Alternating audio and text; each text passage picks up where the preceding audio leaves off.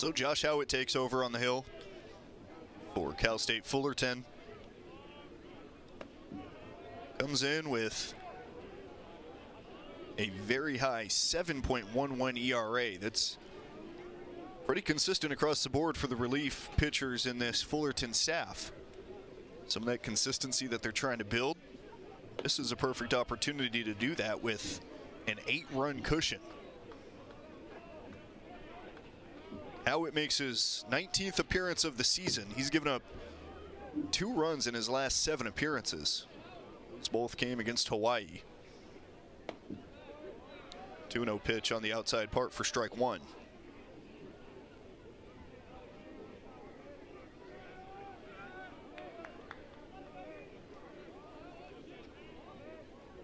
Cody Schreier led off Sunday's game at Washington with a leadoff home run. Jake Palmer followed that home run with another solo shot.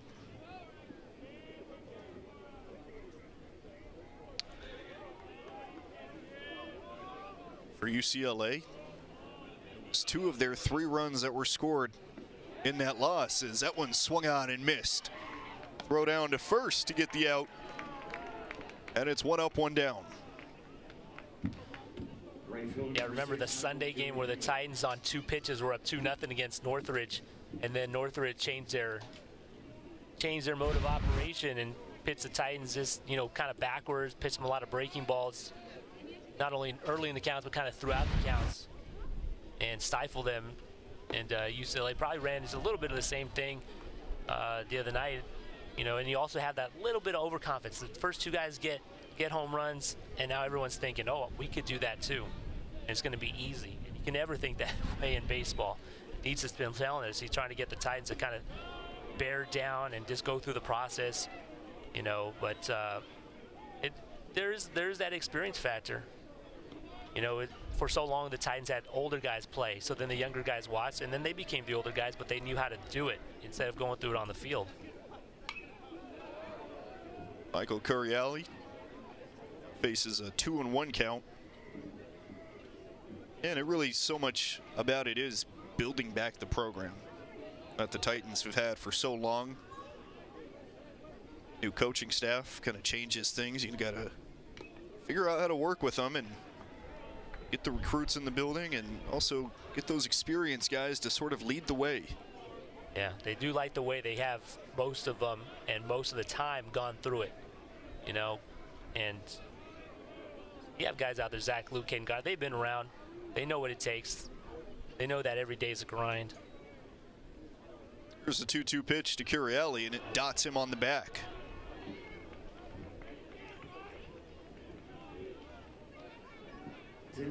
So a 1-out free pass issued to Curiali.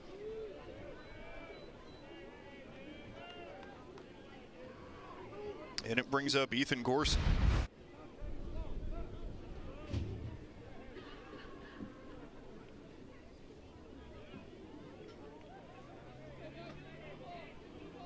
I just stayed away from those free passes most of the game. There's like a walk here and a hit batter there.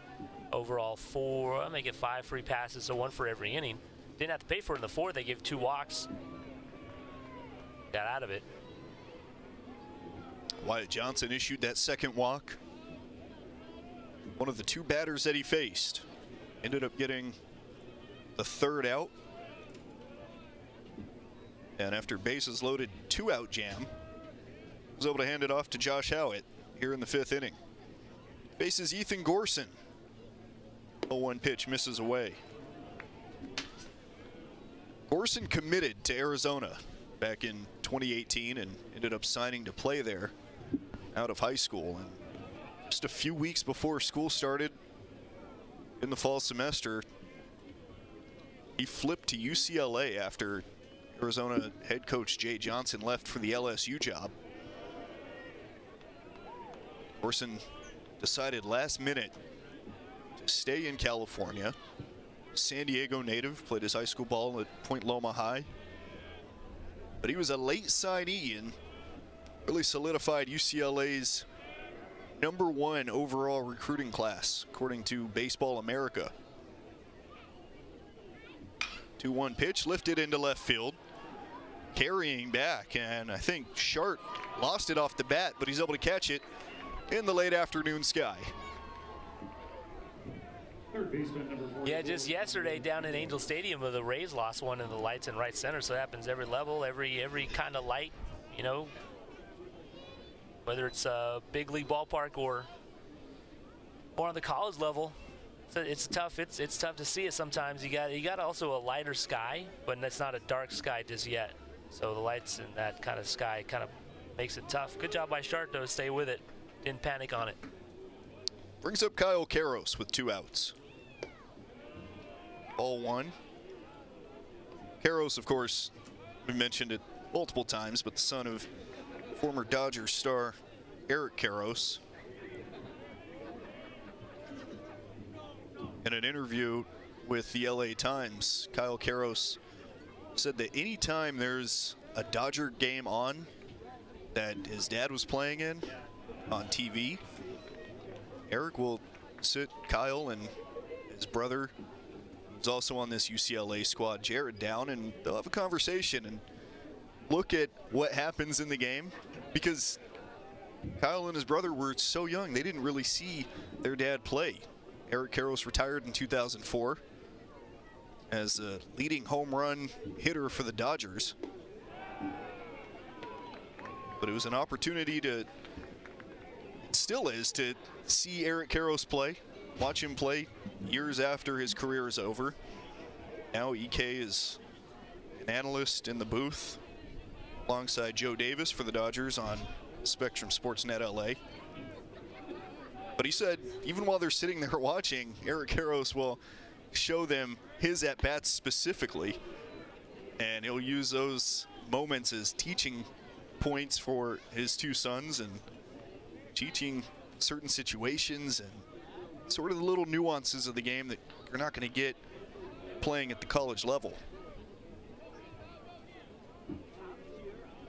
I'm sure it helps the dad's credibility. You know, as dads, you know, we're always getting told, oh, come on, Dad, you know, I know more than you, you know, all that kind of stuff.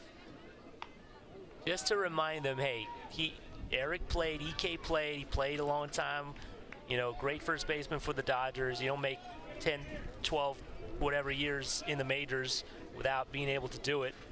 And so yeah, I would guess some of that stuff happened during the pandemic too. You know, that's when we watched a lot of old games. I watched a bunch, NFL, NBA, baseball.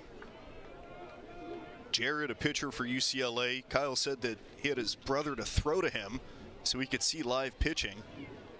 Chance for Jared to work with Kyle on hitting, and for Kyle to sort of be competition for Jared. And there were a lot of those stories. Obviously, in the NFL, Tom Brady took the Bucs, and that was his first year, so he had to get the Bucs together at a high school field.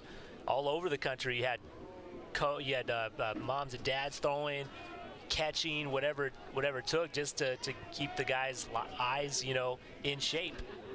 There's a 2-2 pitch, and it's fouled off again to Kyle Karros.